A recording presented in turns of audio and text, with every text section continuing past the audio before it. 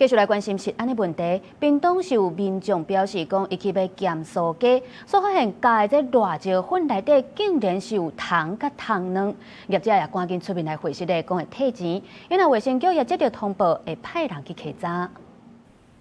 糖伫番仔球粉内底爬来爬去，互人想要吐。屏东有人自爬到胜利路买咸酥鸡，转去了后将番仔球粉倒出来时阵，发现一块一块详细一看是糖卵，中甚至有糖咧叮当，好佳在家己也未食落巴肚。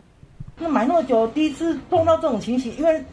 之前买的粉不会这样子啊，吃那一只第一只虫的时候，路上怎么有这种虫？然后看那个标价粉上，哎呦，钻出一只啊！打位的物件有够济，人客为菜单知影店头的番仔球粉有糖，弄惊一条。店家自己要控管好一点。昨天的状况是，客人他是要分装辣椒粉，然后他打开里面还发现有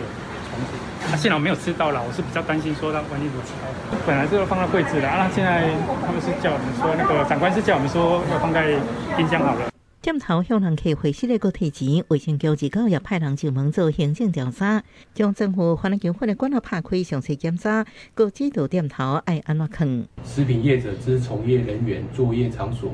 设施卫生管理及其品保制度，均应符合食品良好卫生规范准则。